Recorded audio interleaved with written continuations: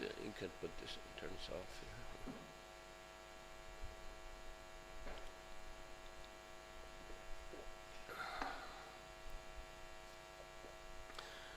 Om Namo Bhagavate Vasudevaya.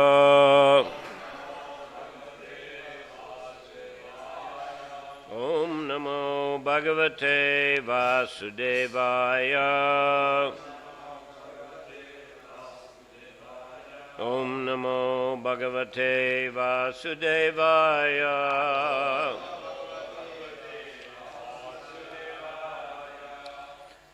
Srimad Bhagavatam, Canto 4, Chapter 14, the story of King Vena, Text 28.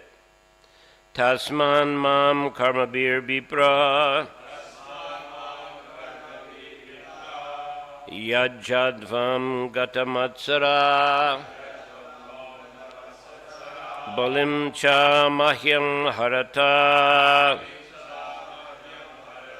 matonya ko grabhu bhuman tasman mam karmabir vipra yajadvam gatamatsara balim cha mayam harata matonya ko grabhu bhuman.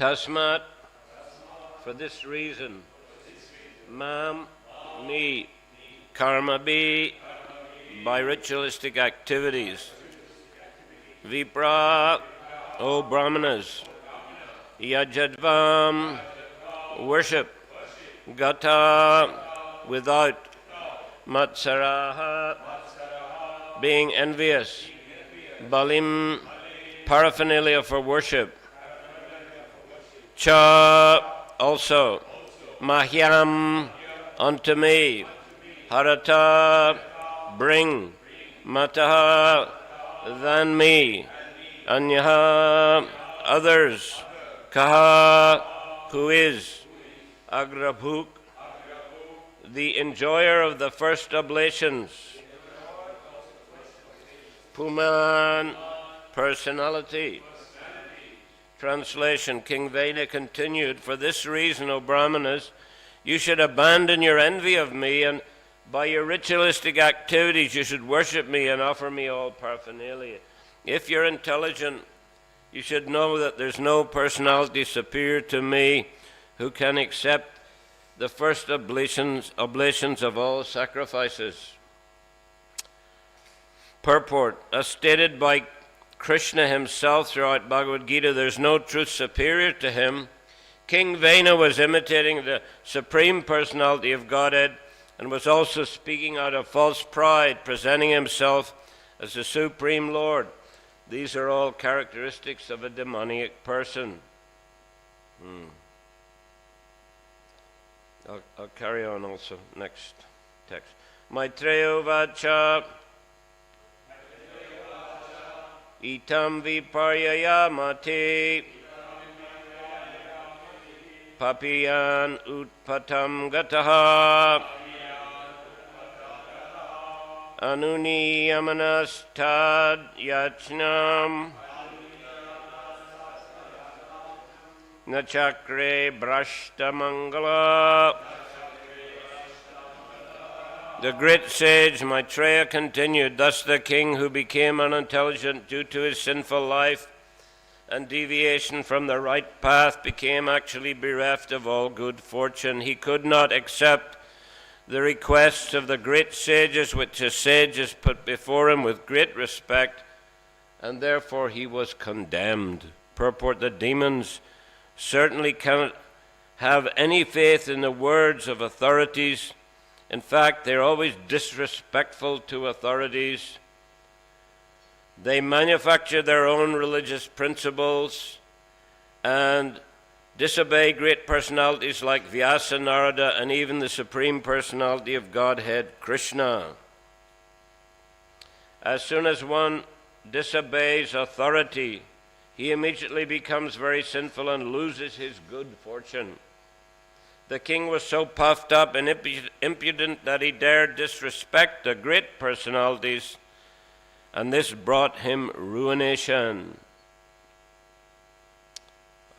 Just read the translations again. King Vena continued, for me, O Brahmanas, you should abandon your envy of me, and by your ritualistic activities you should worship me and offer me all paraphernalia. If you are intelligent, you should know that there is no personality superior to me who can accept the first oblations of all sacrifices. The great sage Maitreya continued, thus the king who became unintelligent due to his sinful life and deviation from the right path became actually bereft of all good fortune. He could not accept the requests of the great sages, which the sages put before him with great respect, and therefore he was condemned. So the system of leadership in Vedic society was, as we know, there was a king who was expected to be a good administrator, but also a Krishna-conscious devotee.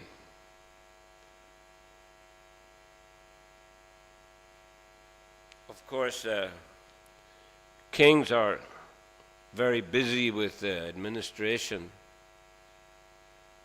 so may not have so much time for deep study of scriptures, and therefore the king always had Brahmin advisors, like a Brahminical council or something of that sort. And also individual sages and rishis might visit, and they could put relevant inquiries to them. So the kings had to listen to these great personalities, to these advanced devotees who would guide them in practice of spiritual life. And therefore the king's duty was to also encourage the citizens to practice spiritual life. Showing example himself, also these great kings, they had a very elaborate deity worship.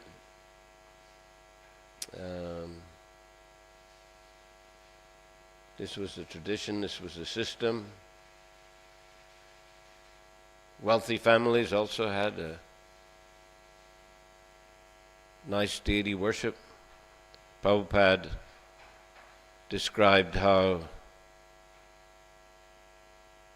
there's a family in Kanpur. They were,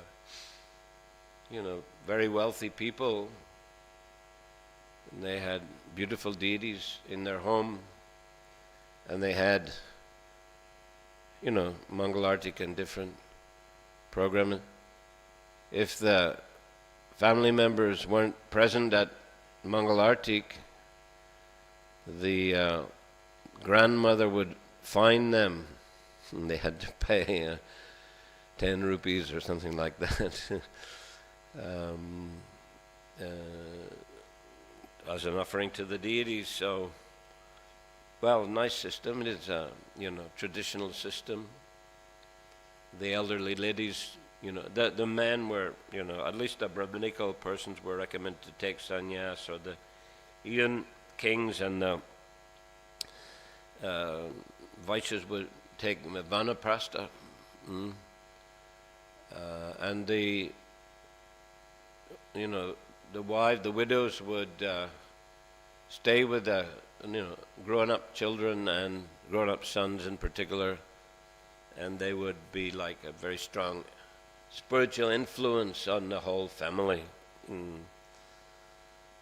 So everybody is seeing himself as a servant of the servant. Hare Krishna.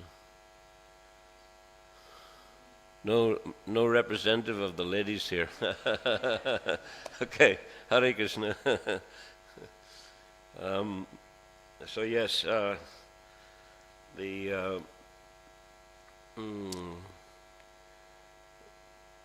system was such that everyone, was encouraged in Krishna consciousness,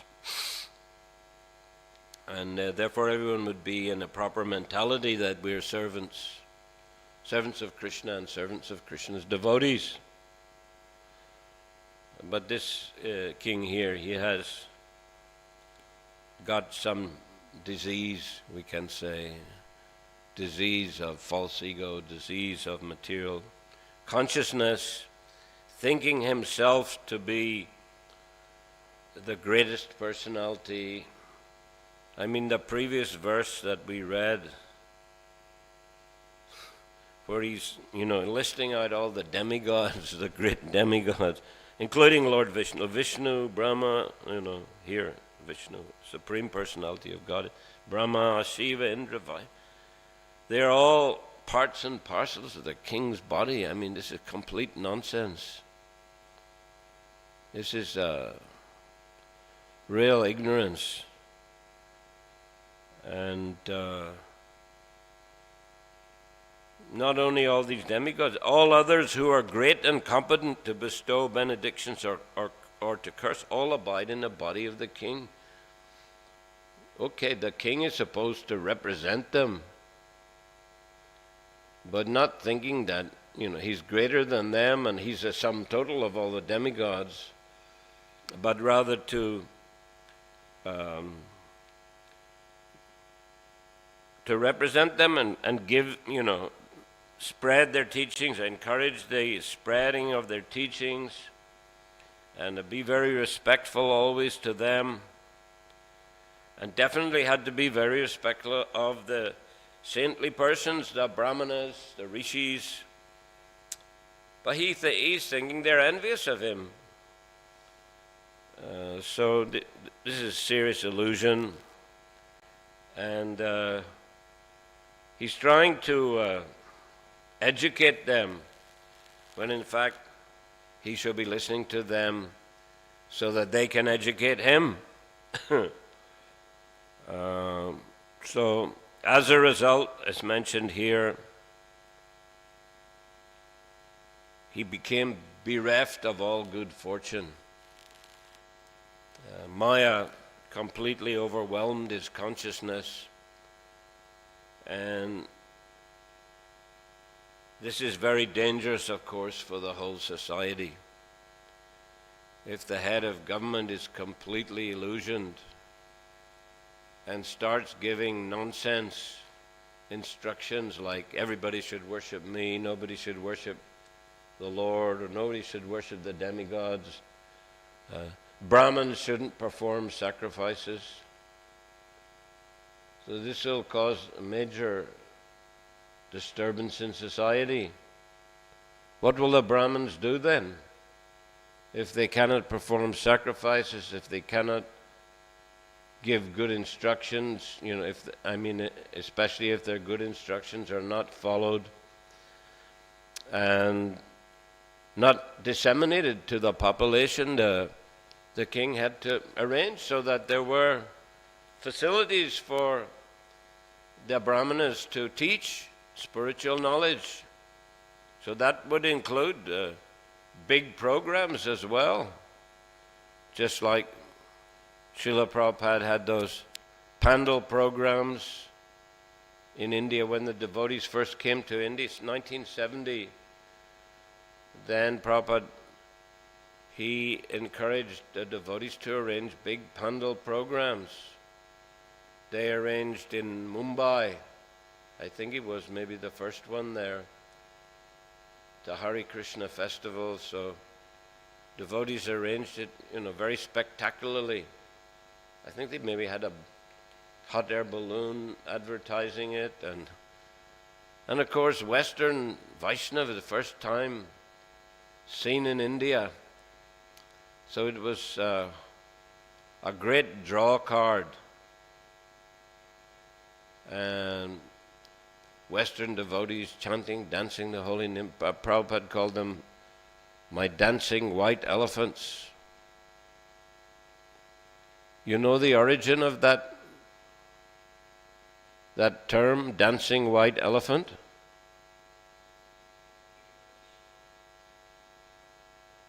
Giriraj Swami, yes? What did he say? He wrote a book about the dancing white elephants, did he? He wrote a book about the Juhu story, the whole story of Bombay. So that's included, of course, that Pandal program. It's also related in Samsundar Prabhu's book. What is that? Hunting Rhinos with the Swami. Very interesting book. Have you read that book? Yeah, all those books very interesting. And Guru Das also in his book, he describes the early days there when they arranged the first Pandal programs. But Dancing White Elephant, it was fashionable during British India for a Indian person to go to the West, usually, UK, England, and marry a Western wife. So, in a British society at that time, they liked ball dancing. And also, it is very expensive to keep a Western wife, just like very expensive to keep an elephant. So they liked to dance. They were expensive, like elephants. So dancing white elephant, that's the term. And Prabhupada applied it, in Krishna consciousness. Another term is GBC, Governing Body Commission. Where does that come from? Indian Railways. Indian Railways, the management was called the Governing Body Commission, GBC. So, Bhaktisiddhanta Saraswati Thakur Srila Prabhupada, they adopted that also term in their spiritual societies.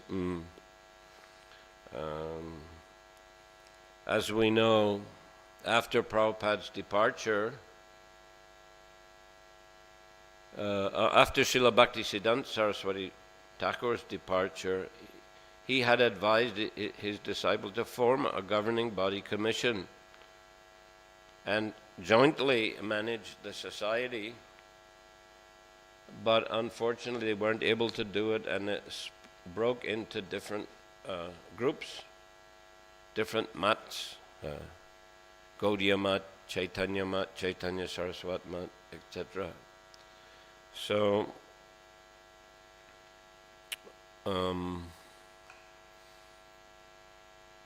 Prabhupada saw that. He saw that there was a disagreement. It was predicted by Bhaktisiddhanta Saraswati Thakur. When he and our Prabhupada were walking on the bank of Radhakund, he said, Agun Jalbi, there will be fire in the mat. There will be fire. meaning there will be quarreling among the seniors.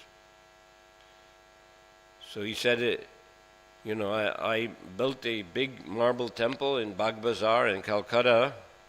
It would be better to sell the marble and print books. And he told Prabhupada, he said, my desire was to print books. If you ever get money, print books. So Prabhupada always took that very, very seriously. And as we know, even in India, during the war, he began publishing Back to Godhead. That time was just like a front and back newspaper. But he continued publishing, despite having very, little income, especially, when he was in Vrindavan, when he retired from family, very little income. He rode an old bicycle. There's some interview. There's a book by one god sister, Mula Prakiti, Srila Prabhupada, our greatest friend, I think. Have any of you seen that book? It's a series of interviews with people that knew Prabhupada before he went to the West. So, god brothers like Sridhar Maharaj and his disciple Govinda Maharaj and many inhabitants of Vrindavan. So, one of them mentioned, the Prabhupada would, when he was in Vrindavan, he would, collect subscriptions for his Back to Godhead. And every time a new edition, he would go to Delhi and print. And then every time he got the new edition, he would take it and deliver it to the different subscribers. So this one gentleman mentioned that Prabhupada, he didn't have much money. He had, very old cloth and an old bicycle, which was broken, so it made a funny sound, which could be heard from some distance. So they would hear the sound, of that bicycle coming, and he knew the new edition of the Back to Godhead is coming, like that. So he struggled in difficulties, great difficulties, but he always was focused on the instructions of his spiritual master and to print books and to preach in the English language, and in this way spread Krishna consciousness all over the world. Even when Prabhupada took sannyas in 1959, though, he gave an acceptance speech, but he didn't give it in Hindi, he gave it in English. Even though they were in India, everybody there in Mathura spoke Hindi. But still, he was focused on the instruction of his spiritual master, so he spoke in English. Although I was present once in a temple in London, the Hindu temple, when Prabhupada went to give a lecture, and there he spoke in Hindi, and he told us, disciples, you sit here and listen, he said, even if you don't understand, it would be beneficial. The sound vibration is transcendental. So in this way, there has to be a class of spiritually advanced persons who have got time to study the scriptures and teach them to others. And in this way, they act as a via media to the Supreme Lord. The Supreme Lord's instructions come down through parampara, and they're disseminated especially by the Brahmanically minded devotees. Soon you, I think, have Keshav Maharaj coming here, isn't it? So yes, he is a very learned person and written many books about Krishna consciousness and can present it in a very powerful way. So this is required. Very dynamic, learned, and determined, exalted Vaishnavas. And then there are others who are more, inclined for administration, they're busy, but they have to give time to hear from the scriptures and hear from the saintly persons. That's why Prabhupada established ISKCON, to give opportunity for preaching, devotees who are qualified to preach and teach transcendental knowledge, and give opportunity for everyone to come and hear, and especially to join in a congregational chanting of the holy names of Krishna, which is a Yuga Dharma. Kaler dosha nidera jan asti heka mahan guna kirtana devya krishnasya mukta sangha samachara. Mukta sangha parambrajat, to go to the Supreme Abode. Kaler dosha, Kali Yuga is an ocean, ocean of fault. Dosha is fault. Kaler dosha nitera jan asti hi eka mahan guna, but there is one good quality or great quality, kirtana deva Krishna, just by chanting the holy names of Krishna, mukta sangha parambrajat, one can be liberated and go back to the spiritual world. So it doesn't require a very, very complicated procedures, very complicated sacrifices, or very elaborate, super elaborate deity worship, although the deity worship should be nice. But it is not that, devotees are decorating the deities with diamonds and gold, maybe something small, but not too valuable. Probably you simply attract thieves. Just like in Mayapur, some Muslim thieves attacked a temple, thinking that the deities were golden. So they stole. There's actually, Astadatta, 8 metal deities. They stole Radharani. But then they realized, it's not gold.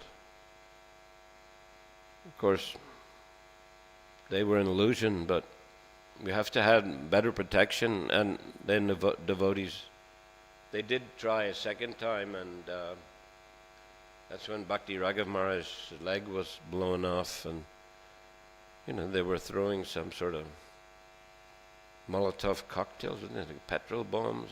But the devotees by that time, they had guns. I think they shot a couple of them. So after that, they didn't come back. But anyway, in principle, Prabhupada didn't advise, too much expensive gold and jewels. Although in big temples of India, like Tirupati, they have, and the deities are vastly wealthy. They have vaults full of all kinds of jewels and gold. They have vast properties.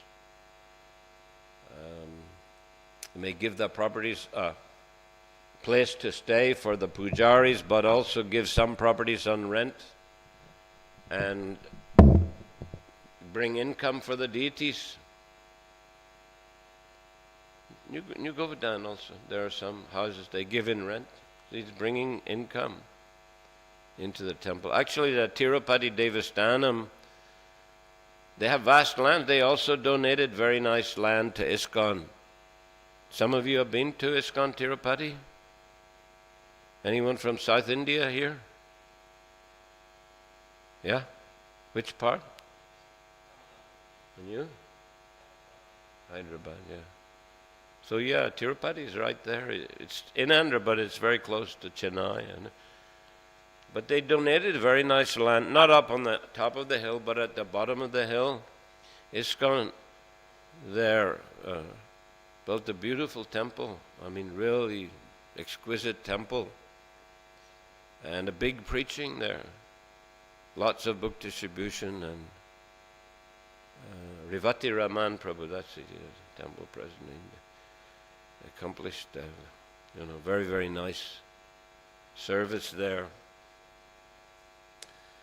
So this is the system in Vedic society. A lot of energy and time and money is put into having nice temples, nice simple worship, not like Dvapar Yuga. We also have some yagyas, when there's initiation or marriage, but it's not like Treta Yuga, the kind of elaborate sacrifice which you can read about, like when Daksha was performing sacrifice, etc. It was quite elaborate descriptions.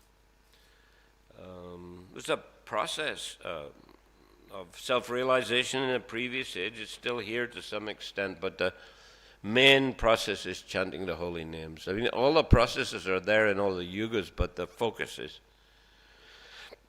just a different, varied. So this king here, I mean, he's a real rascal. Although he's brought up in that society, he's not following it properly, and he's become overwhelmed by false ego, and this is the height of illusion. And justifiably, as you'll be reading tomorrow, the great saintly sages cried, kill him, he's the most dreadful, sinful person. If he lives, he will certainly turn the whole world into ashes in no time." So they had very clear understanding of what was going on, and they weren't afraid of him either. Even though he was very powerful, still they were more powerful. So that, of course, not the case in Kali Yuga, in the sense that sadhus themselves are not nearly as powerful as in previous ages, but there are obviously some powerful devotees, like our acharyas, and there's many powerful preachers in ISKCON.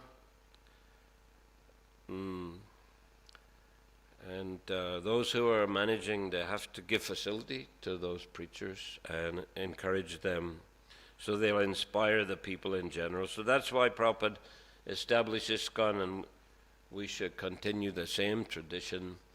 This will be beneficial for us, and it will be beneficial for everyone else as well. So any comment here or question? Yes, please. What's your name again? Ravi Shankar. Okay, please speak. Thank you for the wonderful class, and also leading the Kirtan last night for 2 hours. It's so nice of you, and again singing Narottam Das Thakur's Sankirtana as well. Thank you very much for that. Looks like His Holiness Giriraj Swami named his 5th book as Dancing White Elephant. Oh, okay. Mm-hmm. Wow. I think that was back in 1970 or 72, traveling with Sri Prabhupada. That's what he named that book. Acha. Just got a question. Is it available here, that book? It is available. Yes? Oh. Can I get a copy, please? It's in the foyer bookshop. I can pay for that, no problem.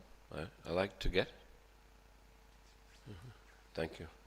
Just referring to the foreword of 23rd text, Srila Prabhupada mentioned that if the Brahmanas do not worship the king, but instead go to the demigods, they are as polluted as unchaste women. I'm just trying to understand what exactly is the Brahmanas worship to a king.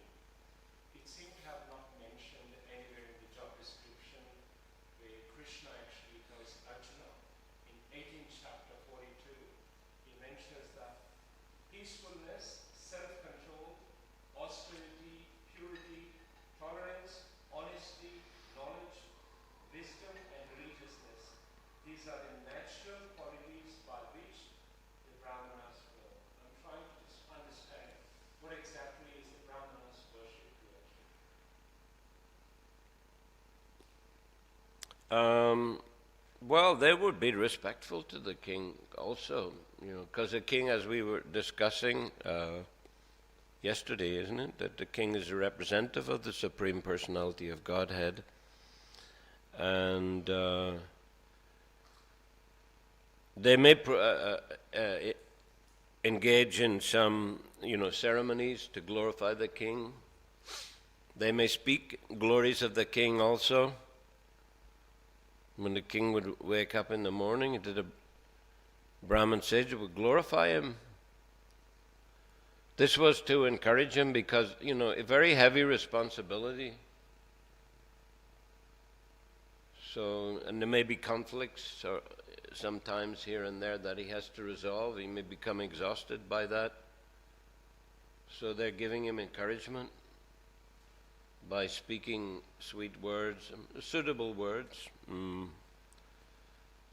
And then, maybe some rituals or ceremonies they would also perform, as a kind of worship of the king. But king also supposed to perform, worship of the Brahmana. So there's a kind of interaction there, which was mutually uplifting and beneficial. No.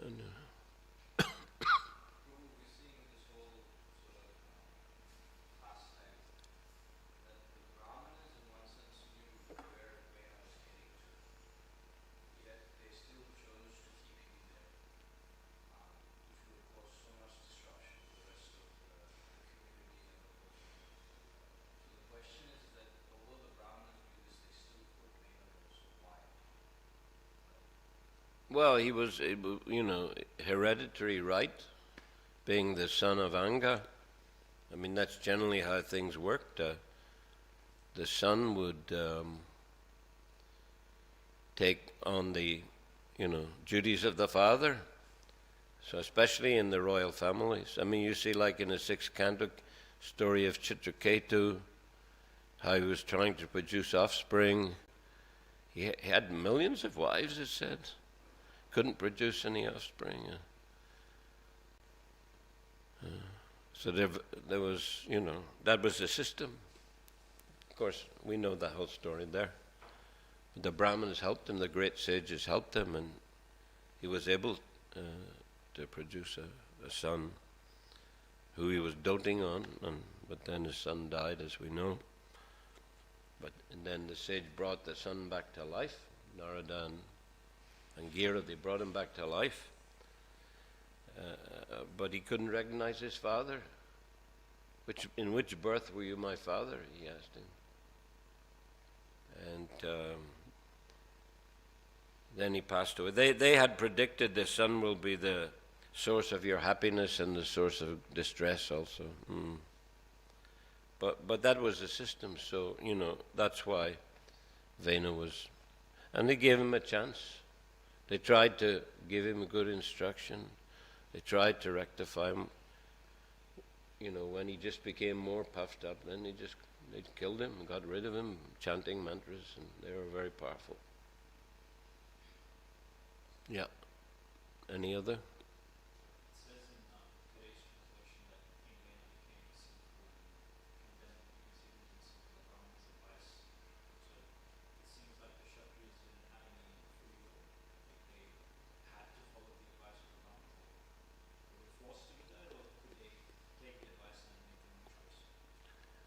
Well, presumably there was some leeway,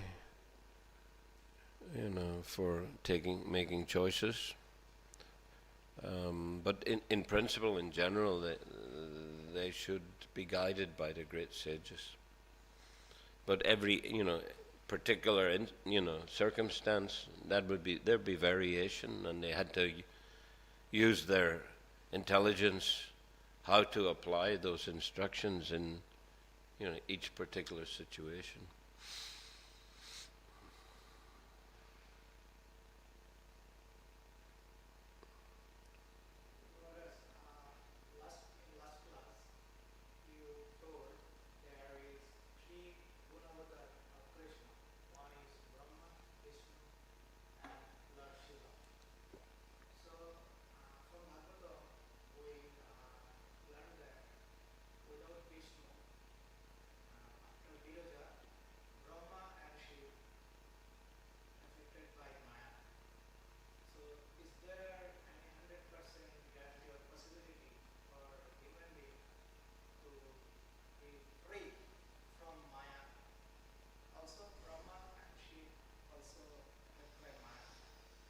there any 100% possibility for just like us human beings to get freedom from Maya? Yes, that's the whole purpose of Bhagavatam, the whole purpose of the Krishna consciousness process. To get free from Maya and go back to Godhead.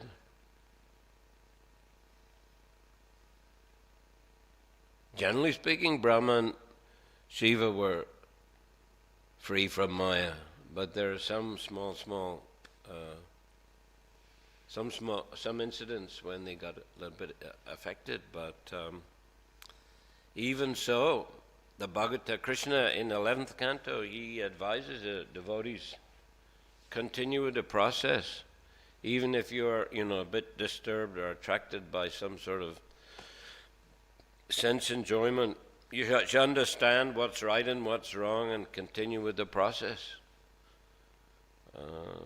And ultimately, you can go back to God. Krishna will help you. Well, if some mistake will happen, so there is way just to forgive the Krishna.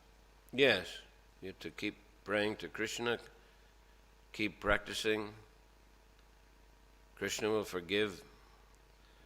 But if you go on making mistakes and serious mistakes like this King Vena, then that's a different story. You have to understand, if you made a mistake, then let me endeavor to avoid that. Even if you can't completely avoid, then still go on practicing, go on chanting, go on associating with the devotees. Thank you. Wow. Hare Krishna. Thank you so much. Okay. Grantaraj Srimad Bhagavatam ki jai. Srila Prabhupada ki jai. Gaur Premanandi.